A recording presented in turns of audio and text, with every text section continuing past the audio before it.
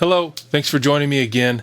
I want to talk about subdivisions and knowing what subdivision you should choose when you're trying to play a drum fill, okay? Seems like I talk a lot about drum fills, but I think it's where people get confused a lot. I run a teaching practice and I get asked more often about drum fills, how to play them, how to understand them, how to use them, how to transition between a drum fill and a groove. I get asked all those questions more than almost anything else. So I'll try to put this in the most useful way that I can. One of the biggest questions I get is, how do you play said drum fill in a certain song that someone may like? Now, I could teach that person to play that drum fill. They could copy me, which is usually what people try to do, is you watch someone and you copy them. But the problem with that is you can copy movements and sounds, but that doesn't mean you understand it on your level. And you may be trying to play outside of your comfort zone or your ability to play that drum fill, to the point where you don't even understand how to use it, or you don't understand the pieces and parts of it so that you can put it into your playing, because everybody is at a different place in their playing, and you really have to use fills that you understand, and you need to use fills that are in a subdivision that you know how to move in and out of. Okay? Think about it like swimming. If I don't know how to swim, I'm not going to jump in water that I can't touch the bottom. It's pretty obvious. However, when it comes to drumming, oftentimes people will try to play something and go into some crazy drum fill, and they have no idea how to really get into it or come out of it. So I want to give you some tips and help you clear some things up for any of you that might have any questions about playing a difficult drum fill, or even coming up with your own so you're comfortable making your own drum fills. Now, usually, I'll throw this out there too, most often, especially when we're performing or recording something in the studio, drummers, and I'm as guilty as anybody else, we all try to play something that's a little bit harder than what we're actually capable of. And this is a big issue, because it actually makes you sound worse, because you're trying to play something that you can't. It's not about how complex you play. It's about how confident and how tight everything is, okay? You can be confident and play simple. Many amazing drummers do that, okay? So forget about playing the more complex, the better. Steve Jordan has become famous for laying down some of the tastiest grooves on the planet, and he plays very simple as of late. So you can totally do that too. Now, let's get into it. So, what do I mean by the subdivisions?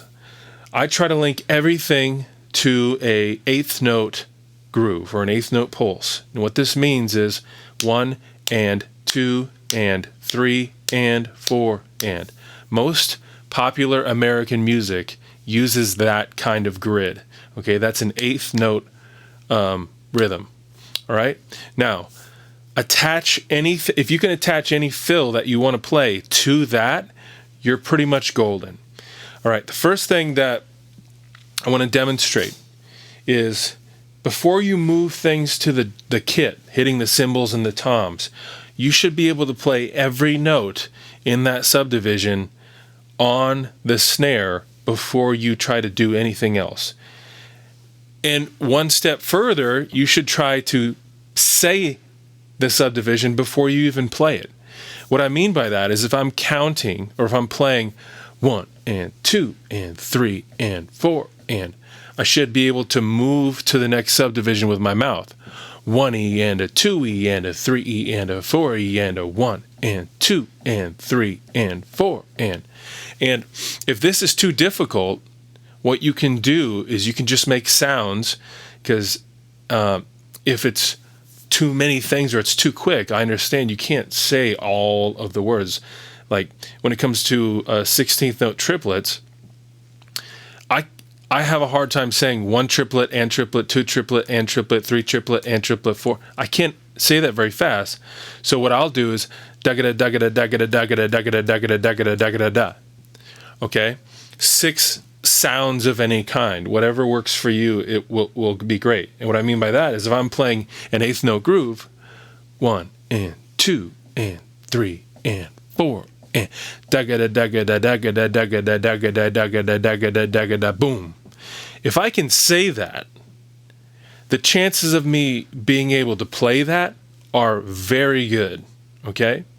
So that's what I mean by moving in and out of subdivisions. If you can't say the subdivision while you're playing something basic, the chances of you playing it are very slim, all right?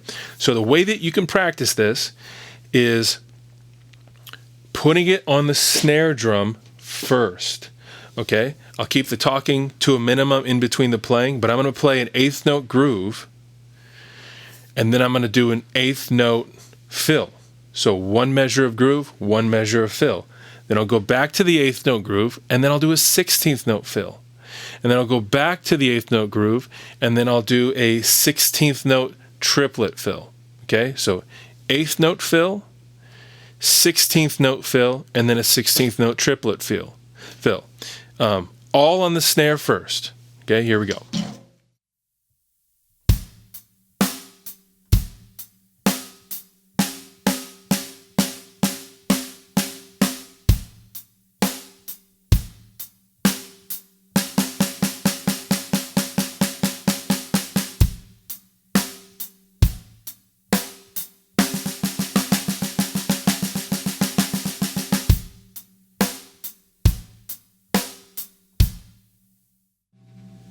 All right?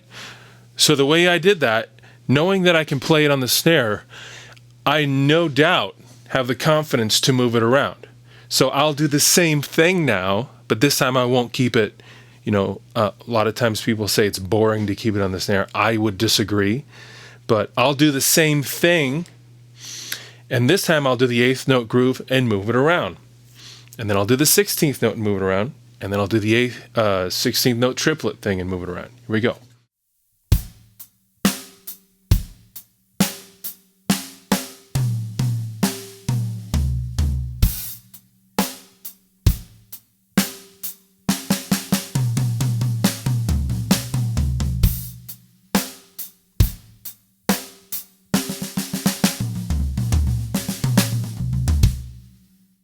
Okay? Now, what makes it even more cool, I'm trying to give you baby steps to show you how you can apply this stuff, is don't forget about the rests. The rests really are what make things interesting. Sometimes it's cool to play all the notes. Don't get me wrong, I'll do it too. But put a rest in and you get that swagger, you get that fun, you get that cool stuff. I'll do the same thing, and this time I'm going to put some rests in so you can hear it. And, bonus, I'll play a little foot in there as well. Don't forget, there's no difference between the bass drum and your toms. Your bass drum is just a bigger tom when it comes to your fills. You can throw that in there too, okay? So, same thing, 8th note fill, then a 16th note fill, and then a 16th note triplet fill, all right? I'm going to add rests, and I'm going to use my foot when I feel like it. Here we go.